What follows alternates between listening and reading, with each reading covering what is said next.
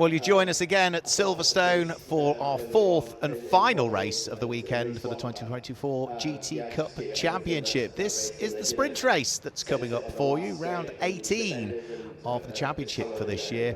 And remember, the grid for this one is based on the fastest lap times that were set in the first part of the pit stop race earlier on today. When I say the first part, I mean that's because for the second part of the race, the pro sporting drivers and the pros can get involved, and we don't want them to influence how this grid looks. So it's always the first part of the race.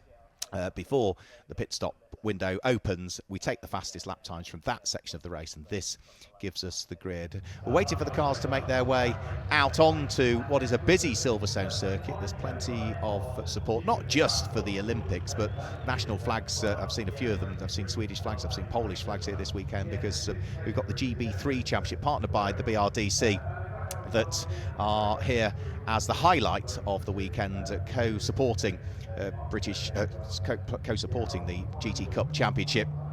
And we can see the cars slowly working their way out onto the circuit. There is Sam Neary with the headset on, a former champion in GT Cup when him and his father Richard Neary secured the title a couple of seasons ago now. It won't be either of them that's driving that number 6 Team ABBA car, though, because it will be Ian Lockey for this one. We've been notified of the drivers that are involved in this one, so there's no driver changes, it's just the sprint race, and we'll give you the grid and who's behind the wheel as and when the cars get underway. What's happened so far this weekend? Well, what's happened in Group GTO is that Team ABBA have won Group GTO in every race so far.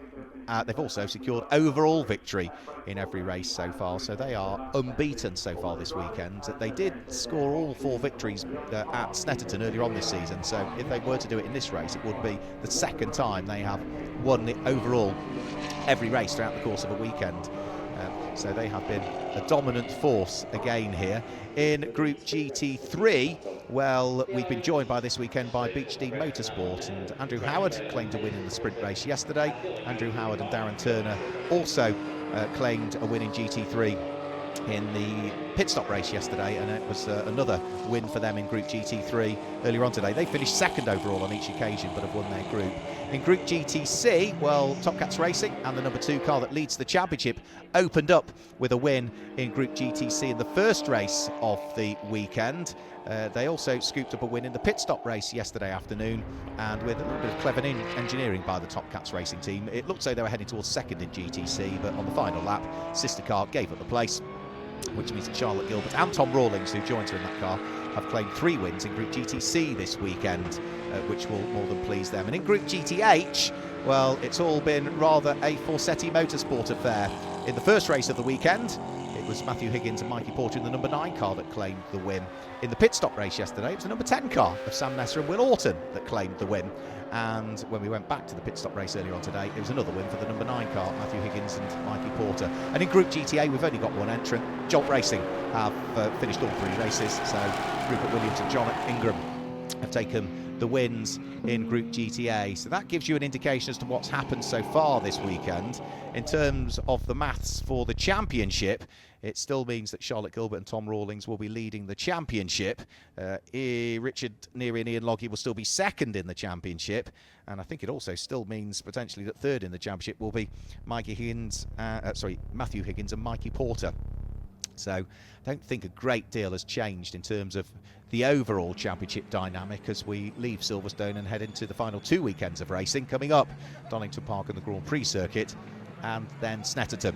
Donington Park will take place on the 14th and the 15th of September, and it's the first weekend in October, the 5th and 6th of October, where we'll head to Snetterton for the championship finale and try and work out who will follow in the footsteps of our former champions like Paul Bailey and Ross Wiley, who were the champions last year, Simon Orange and Michael O'Brien the year before. I mentioned earlier on Richard and Sam Neary a couple of years ago. Well, it's actually 3 years ago, how time flies. 2021 champions. Simon Orange and Josh Jackson were the 2020 champions. Steve Ruston and John Whitehouse 2019. Chris Murphy, who's on the grid, our 2018 champion, when he was partnered up with Graham Hatfield.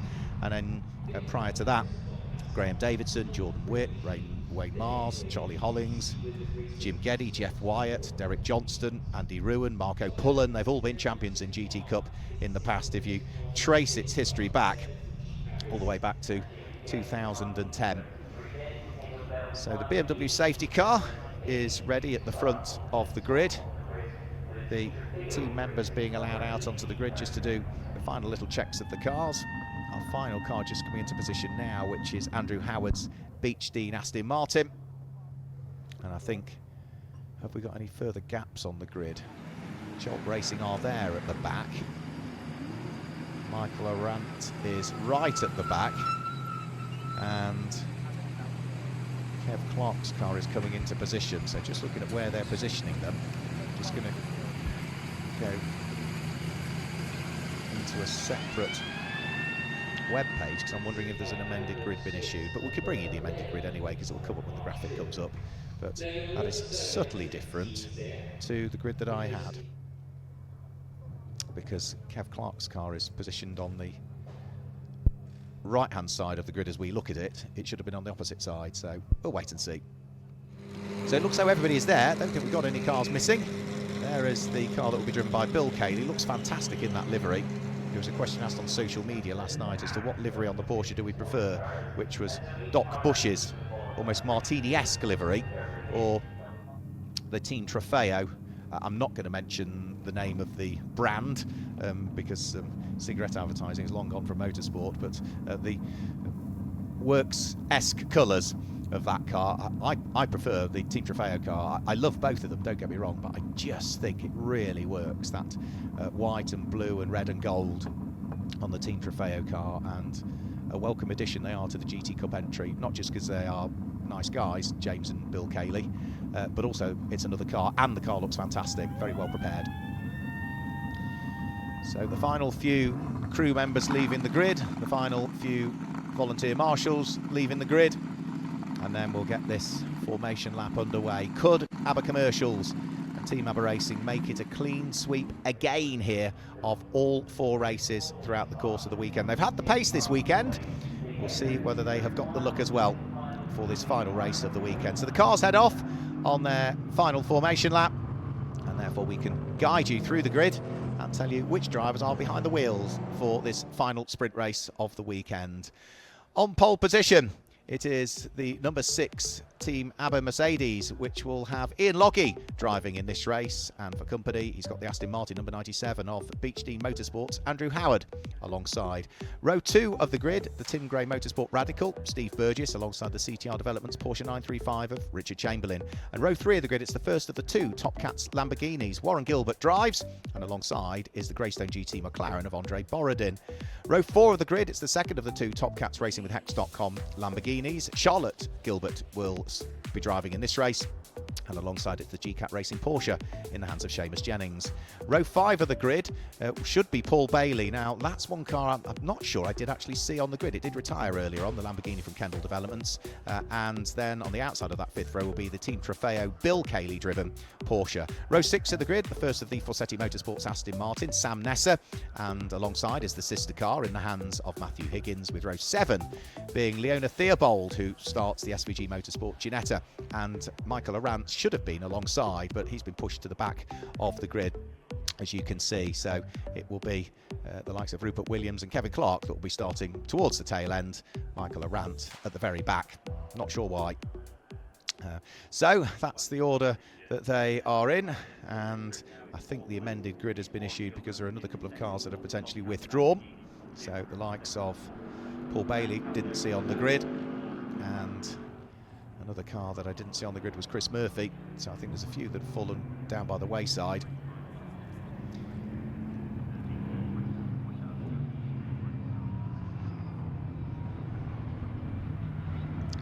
But Ian Logie will look to try and make it a clean sweep of wins here for Team ABBA Racing. Andrew Howard would love to do something about it, but he said to me earlier on that, you know, he's happy they're running to absolute GT3 configuration. I think Team ABBA Racing, because they run that car in GTO, it does open up the possibility for them to do other things to the car that they couldn't otherwise do if they were running in Group GT3. But they've run it in GTO all year, largely at GT3 specification.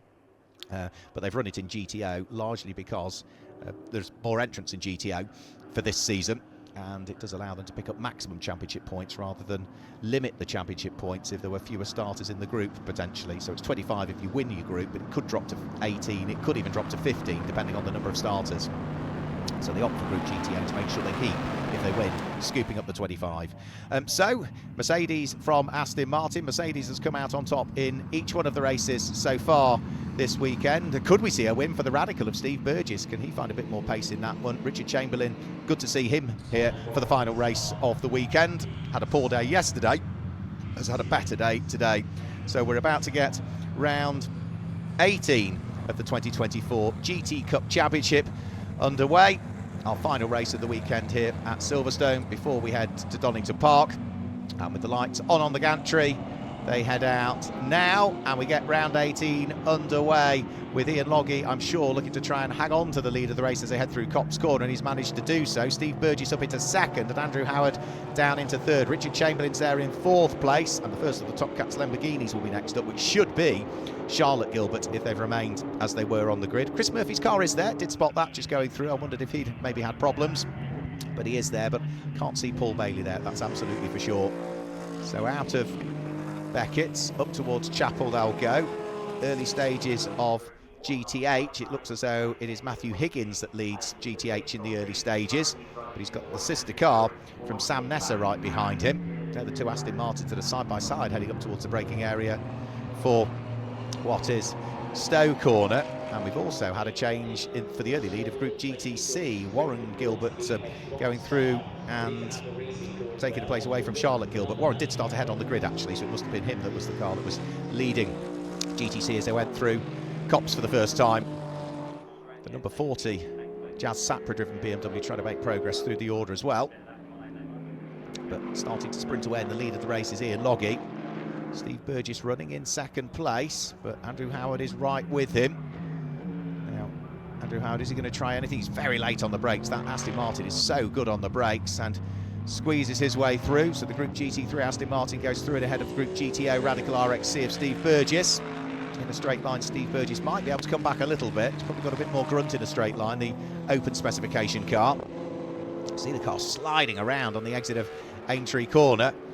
Steve Burgess does have the grunt in a straight line, but I don't quite think he's got the brakes or the aero of the Aston Martin. So Andrew Howard hangs on to second place. Steve Burgess remains in third. It's Richard Chamberlain who's there in fourth place. And fifth place is Charlotte Gilbert, who is now ahead of Warren Gilbert. And they are both under attack from the GCAT Racing Porsche in the hands of Seamus Jennings.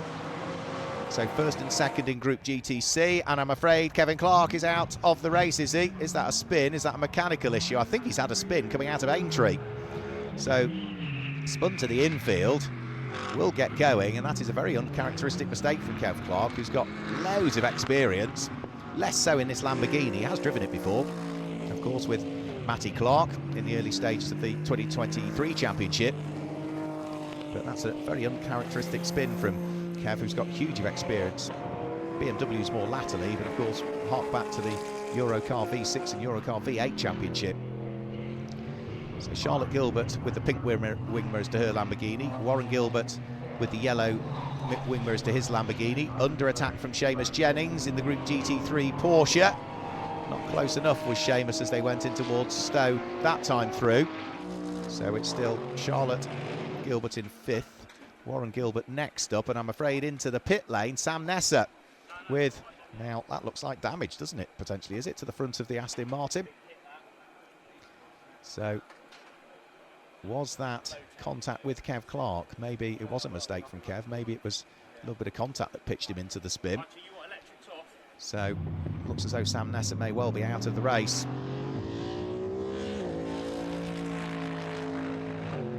So up towards the braking area for Village Corner, Charlotte Gilbert, Warren Gilbert, Seamus Jennings, all still together for 5th, for 6th and for 7th places. And this is good for Top Cats Racing again, because they can act, in fact there's damage, there is damage to the front of the Lamborghini, so damage to the front of a Lamborghini, damage to the front of an Aston Martin.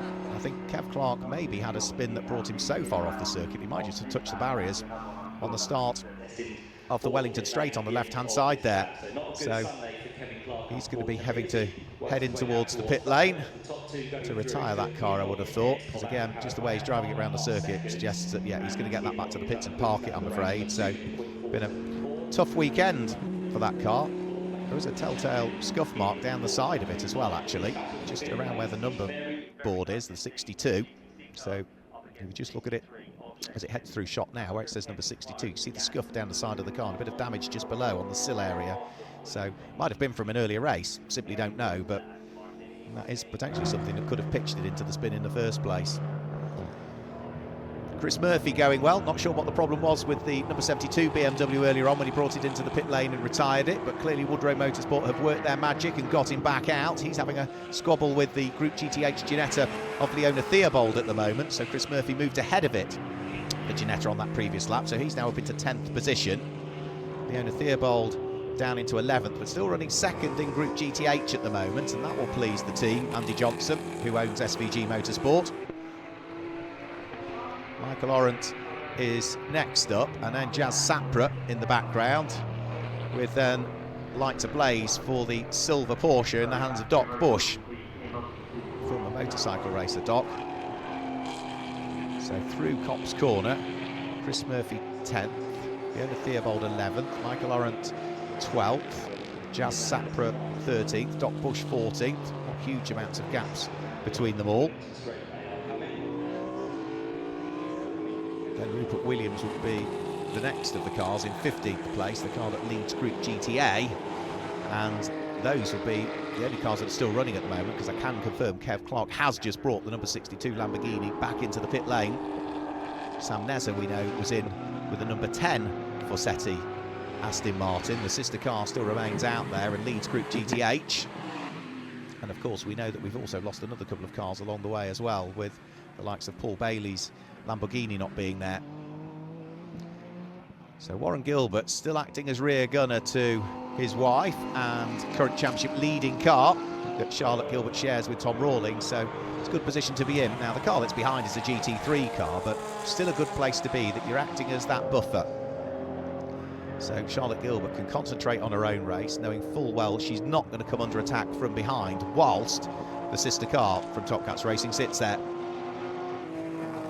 Out of Copse Corner, up towards the left-hand kink at Maggots, use all of the curb there.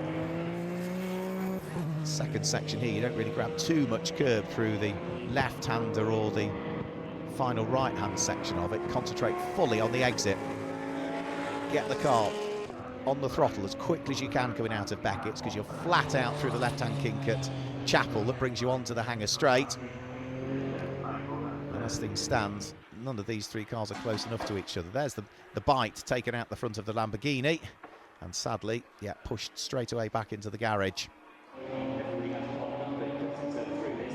Good thing is, I suppose, for Woodrow Motorsport, the damage is fairly light, and also the owner of the car, which is Matty Evans, his company produce non-genuine parts for Lamborghini. They've got the moulds, the fiberglass moulds that they sell on for Super Trofeo panels, and therefore he's probably got a stash of those already back at home, so take those off, probably repair them back in the mould again, or just stick some new ones on.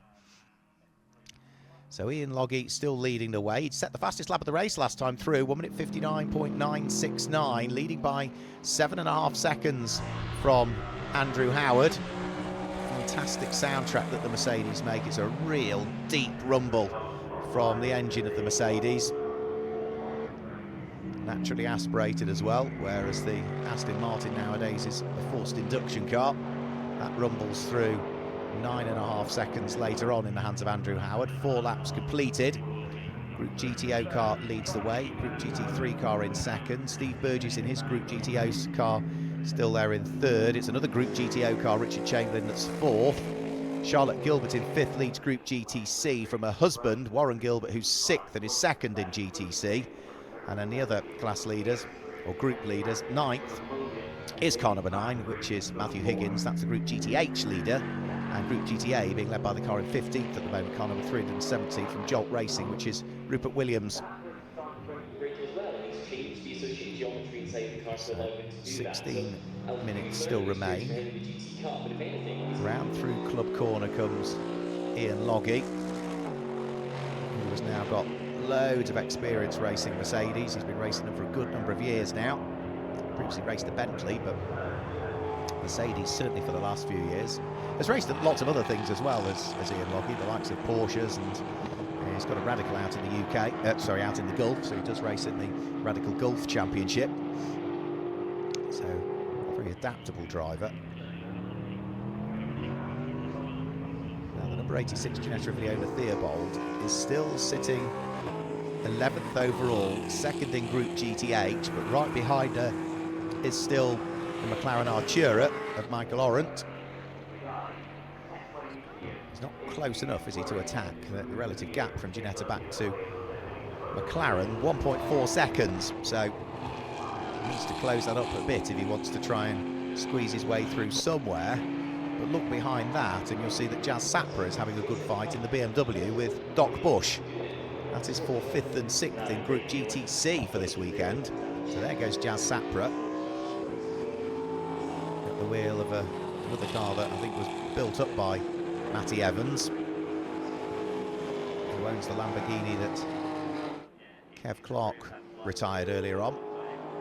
And these are two cars, I would imagine, that handle and deliver a lap time in a very different way. The BMW of Jazz Sapra compared to the Porsche of Doc Bush. Now we've still got Warren Gilbert sitting there just ahead of Seamus Jennings. So again, just acting as rear gunner to his wife ahead, who drives the championship leading car that she shares with Tom Rawlings in the pit stop races. Through Copse Corner. 4th, 5th, 6th, still together. And you can see that over the course of the last couple of laps, Warren Gilbert is a little bit quicker than Seamus Jennings, so the gap has just opened up very slightly. Seamus Jennings was quicker on lap 3, but Warren Gilbert now lap 4, lap 5, just slowly edging away from the Porsche. But there was still only just 6.5 tenths of a second between the pair of them as they came over the start-finish line last time through. And both these Lamborghinis are 1st and 2nd in Group GTC. 3rd in Group GTC is the Cayley family, James and his son Bill Cayley. Bill is driving in this race. Now the two Lamborghinis matching each other for pace. Charlotte Gilbert quicker on 2 of the last 3 laps. Warren Gilbert a shade quicker on the previous one. Our race leader Ian Loggy will be coming over the start-finish line to complete lap number 6 any second now. Through he thunders over the start-finish line. Slightly slower that lap, still at 1 minute 59, 1 minute 59.7, but that is about 3 tenths of a second slower than the fastest lap of the race that he set on the lap prior. He's already had traffic to deal with as well, which is going to be Rupert Williams at the wheel of the Jolt Racing McLaren, who's stayed out of harm's way. But for Team ABBA Racing, 13.4 seconds to the good after 6 laps. Looks as though they are on for another clean sweep of wins here at Silverstone. Andrew Howard in the Aston Martin Vantage GT3 second. Steve Burgess in the Radical we've just seen sitting there in 3rd place. There goes Doc Bush. He has fallen a bit further away from Jazz Sapra, hasn't he, on this lap? So they were separated by less than a second. Well, Jazz has got his foot down and has now opened up that gap to 1.5 seconds between himself and the Porsche, Team Parker Racing car of Doc Bush.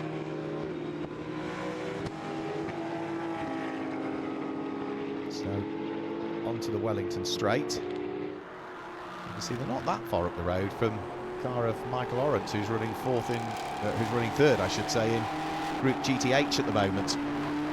2nd in Group GTH is Leona Theobald. She is a little way behind the Group GTH leading number 9 Aston Martin at this stage, which is still remaining as being Matthew Higgins. Now, Doc Bush has closed up again, hasn't he? I did say they'll deliver the lap times in very different ways, and by the time we get to the end of the lap, what was a 1.5 second gap is down to just 0.3 of a second. Doc Bush sets his best individual lap of the race that he's done so far. 2 minute 13.119. That was 1.2 seconds quicker than Jazz Sapra did that time through. Doc's been in the championship For the last couple of years, 2023 and 2024, Jazz is having his first weekend of racing in GT Cup and is eligible for trophies, but is not eligible for championship points this weekend. So he runs in an invitation class. It's good to see him having a run after the disappointment and the retirement in pit stop race earlier on. So Ian Logie leads. This Aston Martin, Andrew Howard, the Beech Dean ice cream back car, sits there in second place. Andrew Howard was a dairy farm to start with and tried to work out as a business how they could make the margins work on dairy farming, which is forever being squeezed, as we know. And the answer was, well, why don't we add value to the product that we're producing? We'll make our own ice cream, and the rest is history. It's been a massive success story, Beech Dean Ice Cream, since the company was set up. And Andrew Howard is as busy as ever running that. And the way he relaxes at weekends is to drive Aston Martins around racetracks, whether it be in GT Cup on this welcome return or regularly in British GT, and we've seen him out in Europe, of course, racing for a good number of years at a very high level. So onto the brakes, into the left-hander and then the right at club, picking up the throttle again, staying within the confines of the circuit, so absolutely not going beyond the curb line, the red and black painted curbs as they are here at Silverstone. Jazz Sapper was a shade wide there as he just ran onto the green section of it. But he needs to be quick because Doc Bush is having a go at him, and Doc Bush might have the inside line here at Brooklands Corner. Jazz Sapper gives him racing room. Doc Bush is also very much a gentleman when it comes to racing, so didn't want to press the point with Jazz. He's just enjoying having a good little squabble, Doc, I'm sure. And now as they head out of Luffield and over the start-finish line, the order still remains the same. Jazz Sapper 13th, Doc Bush 14th, 5th and 6th in Group GTC respectively, but in a straight line as Doc Bush got a bit more grunt in the Porsche. Can he go through? Jazz sweeps across the nose of it as they go round through Copse Corner and still hangs on to the place at this stage. But this is shaping up nicely, this one, and they do need to, for the moment, probably just place pause on their squabble, because now getting caught by the race leader Ian Logie, who will, I'm sure, pick off Doc Bush midway through Beckett's, and then should pick off Jazz Sapper as they head onto the Hanger Straight this time through, with 8.5 minutes still remaining in the race. So onto the Hanger Straight goes Ian Logie, which now means that Jazz Sapper and Doc Bush can get on with their fight again once more. So through Stowe Corner, this is the closest squabble that we've got on circuit. The other close squabble, I suppose, is Warren Gilbert, who still can't get rid of Seamus Jennings, and there we go, we can see just how close it is between the Lamborghini and the Porsche. It does look as though Seamus has lost a little bit more time on this lap, because there was 0.8 of a second between them. It's 1.5 seconds now, yes, so it's doubled over the course of that lap. So Warren Gilbert edging away ever more from the car of Seamus Jennings.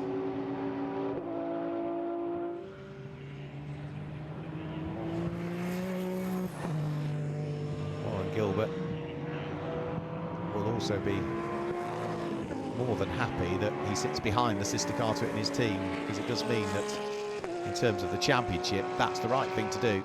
Keep the number 2 car ahead of the number 3, because it's the number 2 car that not only leads Group GTC in the championship standings, but also leads the overall championship across all of the groups. And Top Cats Racing will, I'm sure, wherever it needs be, try and ensure that the number 2 always finishes ahead of the number 3.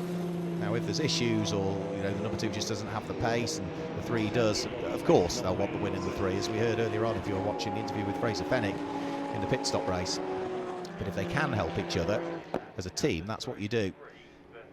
But at the moment, Warren Gilbert is just holding station behind Charlotte Gilbert. If he's got anything else at his disposal, well, if he's using it, he's not catching. Charlotte Gilbert is more than holding her own, as she has been doing for the last couple of years. She really did get to grips with this Lamborghini very quickly. Might have taken a race weekend, but that was about it. And it would have been very different to the rather analogue Marcus Mantis that she'd previously driven in the championship. So 6 minutes to go. Mercedes leads Aston Martin. Andrew Howard rumbles his Aston Martin Vantage GT3 onto the Hanger Straight, down at Club is our race leader. 17.4 seconds up the road is Ian Loggy. He has eased his pace a little bit. We've still got Steve Burgess in third, and Richard Chamberlain still going well in fourth place. Really chuffed for Richard. Troubled day yesterday where he non-started in both races. I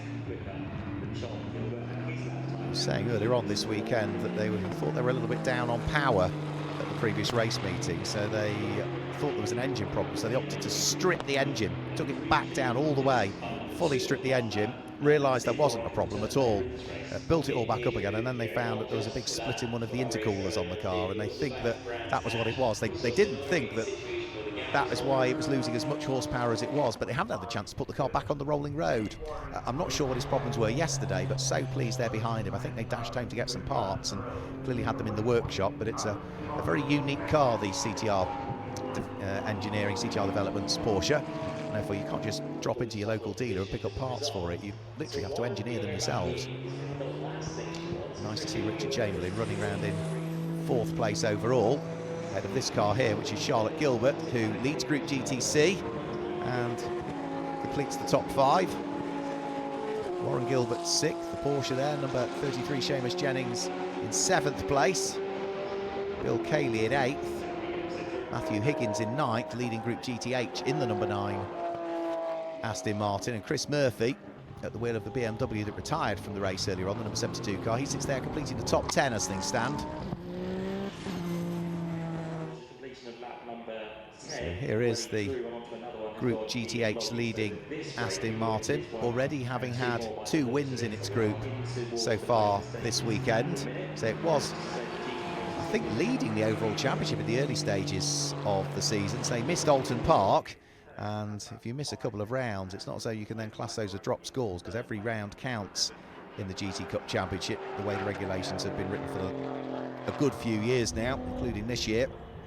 So you need to score well at each event and try and stay out of trouble. Well, Forsetti have done that so far this season. The number 9 Aston Martin has finished every race so far this year, and I think when it hasn't won Group GTH, it has been there or thereabouts. Maybe the one caveat to that might be race 2 at Donington Park at the beginning of the season. It finished 12th overall, whereas the winning car in Group GTH was 6th on that occasion. So Steve Burgess in the Radical, 18 seconds adrift of Andrew Howard, who is 20 seconds adrift of Ian Loggy, the race leader. Steve Burgess also has 25 seconds in hand between himself and the car behind, so first, second, third and fourth, all in a bit no man's landish at the moment, really. So you can see the lap times variance between Ian Loggy and Andrew Howard on their last laps, and Steve Burgess, who is running quicker than the Aston Martin, or did on the previous lap, so the gap will be coming down a bit. A full second quicker on that last lap was Steve Burgess in the Radical compared to Andrew Howard, but you know, we're late on into the race now, 2.5 minutes, and for Steve Burgess, he'll be more than just settled in, knowing that, okay, third overall, second in the group, that's good points, bearing in mind how troubled my season has been so far, what with engine failures and large crashes, meaning that after 12 rounds of the championship, in fact after 13 rounds of the championship, he hadn't scored a single championship point after 13 races, Steve Burgess. Well, he claimed a win at Alton Park. Yes, he did retire from the first race of the weekend, the sprint race that we had, but he was second in his group yesterday in the pit stop race, third overall. He was second in his group and third overall earlier on today, and he's going to be second in his group and third overall in this one. The dominance has rather been from the number 6 Team ABBA Racing Mercedes, which is going to flick its way round through Abbey and up towards Farm Curve. Still work to be done though for Ian Loggy as he flashes his lights to forewarn Matthew Higgins, the Group GTH leader, that he's coming through. Picks off the GT4 specification Aston Martin. There'll be more work to do as well in a few moments' time, because he'll need to pick off the Group GTC Team Trofeo car in the hands of Bill Cayley. Bill will see him coming, and I think Bill and James Cayley will be very pleased with the way the car has gone, and they've gone this weekend. They said they wanted to bring the car home in one piece, and if they could get on the podium, well, they've managed to do that. I think in 3 of the 4 races now. They finished 4th in GTC in the first race yesterday, but were 3rd in the pit stop race, and in the pit stop race earlier on today they were 3rd again. Yeah, so cars in one piece. They've improved with each session. They've learned more about the car because they haven't had a great deal of seat time in it, and are heading towards another podium. Yes, they've dropped off the lead lap, but that won't worry them because they're now heading on to the final lap, which is being led still by Team Abbott Racing Mercedes in the hands of Ian Logie. And it does look as though Team Abbott are going to repeat exactly what they did at Snetterton and score victory in all 4 of the GT Cup races here at Silverstone. So out of Chapel onto the hangar straight for the final time. Andrew Howard still finds himself with a bit of work to do. He should thread his way through and past the Woodrow Motorsport BMW in the hands of the 2018 champion Chris Murphy. So through goes Andrew Howard. I think that'll probably be the last of the back markers that he needs to deal with. But for Ian Logie and Team Abbott, the perfect weekend again, surely. Have they secured the fastest lap in each one of the races? They didn't earlier on in the pit stop race because of the pace that Darren Turner, the pro, had. But yes, they have secured fastest lap in certainly what's looking like 3 of the 4 races. And I mean, that's overall fastest lap as well. It looks as though Charlotte Gilbert is on course for another win in Group GTC as well. That keeps the championship hopes more than alive for herself and Tom Rawlings. And of course for Top Catch Racing with Hex.com, who are going to get both of their cars onto the first and second step of the podium in Group GTC. But onto the Wellington Straight for the final time comes Ian Logie. And for Team Abbott Racing, they might have a bit more work to do because Rupert Williams in the Group GTA McLaren is just up the road. But it's pretty much been a faultless weekend for them. When you bear in mind that Richard Neary, who co-drives this car with Ian Logie, was feeling a bit under the weather, you might have thought that maybe they were in for a slightly difficult weekend, but it has gone perfectly to plan. It is 4 out of 4 for Team Abbott Racing here at Silverstone this weekend. It's a win for Ian Logie in the final sprint race of the weekend, and now I think that makes it something like 11 overall wins so far this season out of the 18 rounds, something like that for Team Abbott, who are surely going to be one of the most dominant forces for the remainder of the season as well. Through and over the start-finish line comes Matthew Higgins. He will be the winner of Group GTH. So more than pleased again with Forsetti Motorsport. They claim as a team 4 wins this weekend. 3 go the way of the 9 car, 1 goes the way of the number 10 car. And then we just need to await the arrival of our Group GTC leader over the start-finish line as well, which is going to be Charlotte Gilbert by the look of things. So her husband Warren Gilbert, always in close quarters, but was of course never going to attack because he knows he wants to play the team game as well and make sure that that number 2 Lamborghini is in as strong a position as he can. Warren Gilbert all over the curbs though, so still pushing hard, bouncing over the curbs on the exit of the loop. Good to see Richard Chamberlain about to take the checkered flag in the final race on a Sunday. And no disrespect to Richard, but the car is it's highly strung, and usually by the time we get to the final race on a Sunday, Richard probably isn't around anymore. The car's had an issue and he's gone home, but he got all the issues out of the way yesterday, and it's run faultlessly today, so really chuffed for Richard Chamberlain, who's about to come over the start-finish line and finish in 4th place. Charlotte Gilbert will finish in 5th and claim the win in Group GTC ahead of Warren Gilbert, who's there in 6th place. And Seamus Jennings, again, was never that far away, was he? Comes through to finish in 7th place. I think there's just one more car to take the checkered flag, and that I think has been lapped on the final lap of the race actually, which is Jolt Racing's Rupert Williams. But I wonder whether Ian Logie maybe didn't see the checkered flag, because he still looks as though he's pushing on. What about his sector times? Yeah, I don't think Ian Loggie's seen the checkered flag. He has finally eased things off, heading up in towards Brooklands Corner, but is he going to come in towards the pit lane?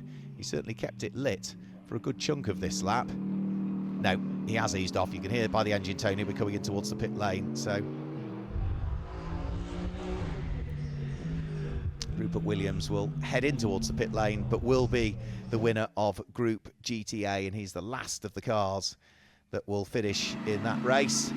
But the first of those is the car of Ian Logie, who is going to claim another victory for the number 6 Team ABBA racing car. We should be able to shortly confirm the results for you for round 18 of the 2024 GT Cup Championship for what's been a busy old weekend here at Silverstone. Ian Logie claims the final win of the weekend by nearly 30 seconds.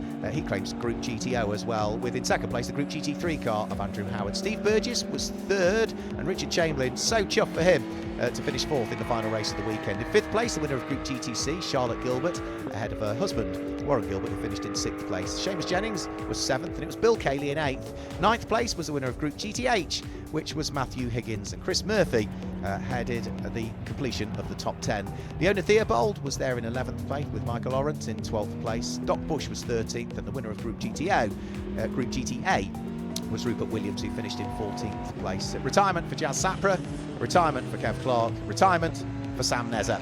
Sadly, those three cars did not see the checkered flag.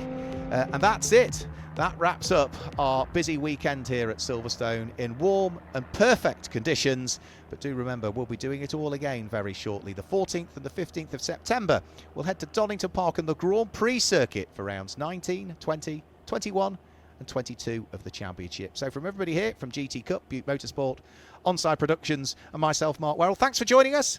We'll see you at Donington Park. Goodbye.